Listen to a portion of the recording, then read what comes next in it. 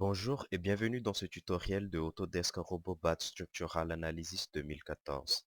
Dans ce tutoriel, nous allons essayer de calculer une structure entière et on va voir les ferraillages des poutres, poteaux et puis la fondation. Donc pour commencer, nous allons créer un nouveau projet à partir de l'étude d'une coque. Cliquez dessus et vous aurez un espace de travail plus convivial. Voilà. Donc, avec l'étude de coque, il y a beaucoup plus d'options. On dirait que c'est plus, il y a plus d'options que les autres. Voilà, c'est pour ça qu'on a choisi l'étude de coque. Donc, pour commencer avec Robobat, la première chose à faire, c'est de configurer ou bien paramétrer notre unité de travail. Donc, on va aller sur Outils et puis Unité Format. On va utiliser mètres et puis centimètres et vérifier aussi avec la force. On va utiliser le tonne. Voilà. Si je vais mettre ou bien, bon, je mettrai des newtons par mètre. Voilà. Voilà. Et puis, OK. Bon, ce qu'on va faire en premier, c'est tracer notre structure ici.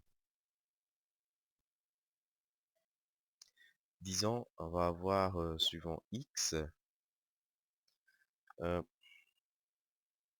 3 mètres, 3, ajouter, suivant Y, on va avoir 3 mètres 2 fois, ajouter, et suivant Z, 3,1, 3 mètres 10, disons 2 étages, ajouter, et puis appliquer, fermer, et je vais basculer en mode 3D en cliquant sur ce perspective. Voilà.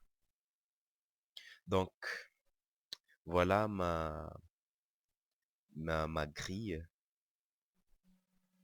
Et puis, je vais maintenant euh, spécifier les sections, mes poutres et poteaux. Et on va créer un nouveau, voilà. Et il faut sélectionner une poutre en BA. Voilà. À la base, on va mettre 30 centimètres et en hauteur 40 centimètres.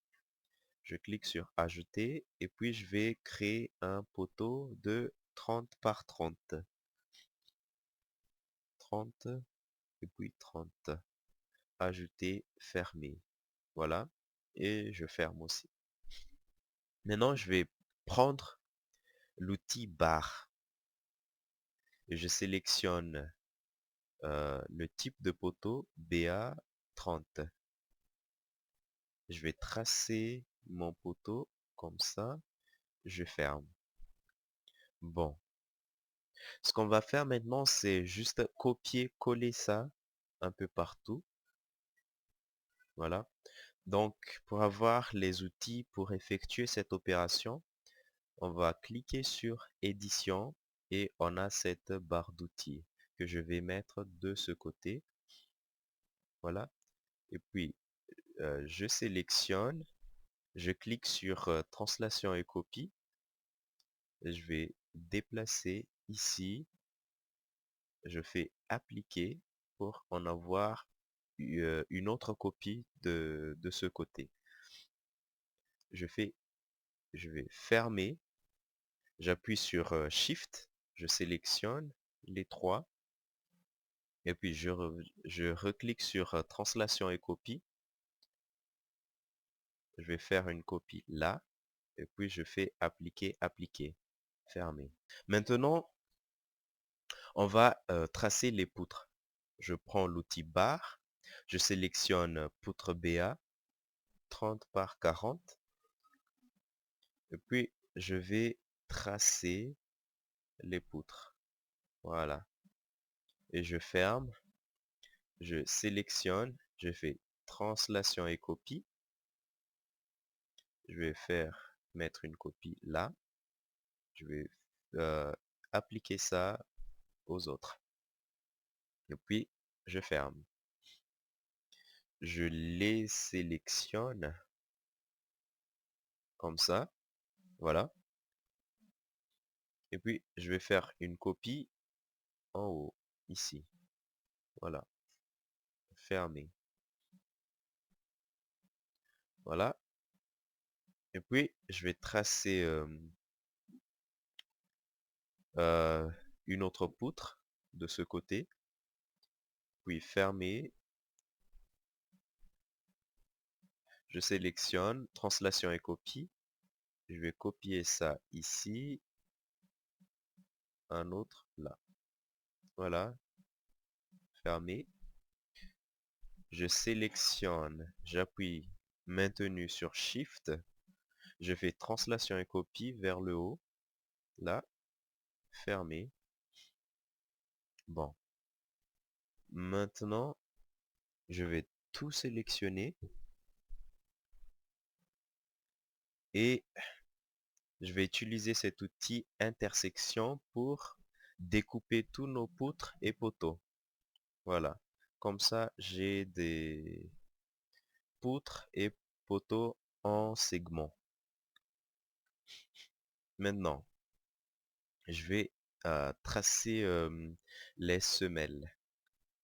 Je sélectionne tous ces points. Je vais appliquer appui, encastrement, appliquer, fermer. Je passe en mode perspective pour voir le résultat. Voilà. Bon. Maintenant, on va tracer les dalles. Et avant de tracer les dalles, je vais donner des épaisseurs spécifiques à notre dalle. Voilà. Je vais créer une nouvelle dalle de 12 cm. Voilà. Et matériaux concrete ou bien béton. Ajouter, fermer, fermer. Maintenant, je vais tracer les panneaux ou bien les dalles. Je prends l'outil panneau et puis je bascule en XY. Voilà. Et puis je vais monter à l'étage 1 et puis je vais tracer les panneaux comme ça. Voilà. Et je reviens en mode perspective. Je ferme ça. Et puis je vais sélectionner les panneaux. Tous les panneaux. Et puis je fais translation et copie. Et je vais copier en haut. Fermer. Voilà. Donc voilà notre structure. Et je vais enlever ces deux barres. Voilà. Et puis nous allons mettre tous les charges.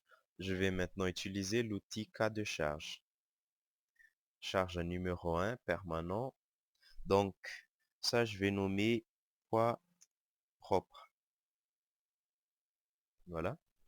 Je clique sur Ajouter. Deuxième charge. Ça sera la charge permanente que je vais nommer G. Grand G. Ajouter. Et maintenant, je vais mettre la charge d'exploitation que je vais nommer grand Q. Ajouter. Et puis, je ferme. Donc, pour le poids propre, pour vérifier, donc par défaut, la charge permanente numéro 1, c'est le poids propre. Donc, on va vérifier ici, définir charge. Donc, si je vais aller sur poids et masse, vous voyez que ça, le poids propre moins PZ sur la structure entière est activé. C'est-à-dire que le poids propre est déjà appliqué à ce cas de charge fermé. Maintenant, je vais spécifier le cas de charge pour la charge permanente G. Je vais définir la charge surfacique. Donc, ici, je vais mettre en 200 kg, bien 0,2 tonnes. Et il faut mettre en négatif pour le faire descendre parce que notre repère Z s'est dirigé vers le haut. Donc, si on voudrait une charge vers le bas, donc il faut mettre en négatif. J'ai ajouté, je vais appliquer cette charge là, là, là, ici, ici, là par exemple, là, ici, ici. Bon, appliquer, fermer. Maintenant, je vais mettre la charge d'exploitation, disons 150 kg par mètre carré. Je clique sur définir charge, charge surfacique. Ici, par exemple, je vais mettre 0,15. Ajouter, je vais mettre là, là, là, là. Donc là, c'est juste un exemple, hein. Vous pouvez mettre votre propre charge. C'est juste pour vous expliquer comment ça se passe. Voilà. Donc pour la charge Q, je peux vérifier. Je clique sur symbole de la charge, là. Et puis, juste à côté, il y a description des valeurs de la charge. Donc là, je peux voir toutes les charges. Donc c'est à 0,15 tonnes. Et si je vais sur G, voilà, voilà tous mes charges. Donc, maintenant, bon, je vais désactiver tout ça. Maintenant, je vais je vais paramétrer mes chargements à l'ELS et puis à l'ELU. Bon, on va aller sur chargement, combinaison manuelle. Vous pouvez aussi aller faire une combinaison automatique, mais bon, pour être un peu plus précis sur ce que vous allez faire, je vais vous montrer comment faire la combinaison manuelle. Mais avant ça, je vais vous montrer euh, toutes les normes de calcul en BAEL. Donc, on va aller sur Outils, Unité et format. Donc, ici, normes de conception. Donc, pour les structures en acier, en aluminium, il y a le CM66 et puis la norme française, voilà, l'Eurocode. Et puis, assemblage en acier, il y a CM66 et puis la norme française, Eurocode 3. Voilà, structure en bois. Ce qui nous intéresse, c'est le béton armé. Donc, vous pouvez utiliser l'Eurocode 2 ou bien, voilà, la norme française en 2007, 92, 2007, ou bien l'autre, ou bien BAL 91 modifié 99, ou bien BAL 91, tout simple. Donc, pour notre calcul, c'est juste à titre d'exemple, je vais utiliser la norme BAL 91 modifié 99. Et donc, si vous cherchez d'autres normes, vous pouvez aller sur plus de normes. Vous pouvez aller sur plus de normes. Donc, il y a tous les normes existantes, les normes en français. Voilà. Donc, vous pouvez ajouter ici, vous pouvez sélectionner une norme, puis cliquer ici pour le faire passer dans la norme actuelle. Donc, voilà tous les normes. Maintenant, on va cliquer sur le petit plus pour définir notre charge de pondération. Donc, avec la pondération, on va utiliser le BAL 91. Voilà. Et je clique ici pour voir tous les paramètres. Donc, pour BAL 91, en charge permanente, le coefficient c'est 1,35.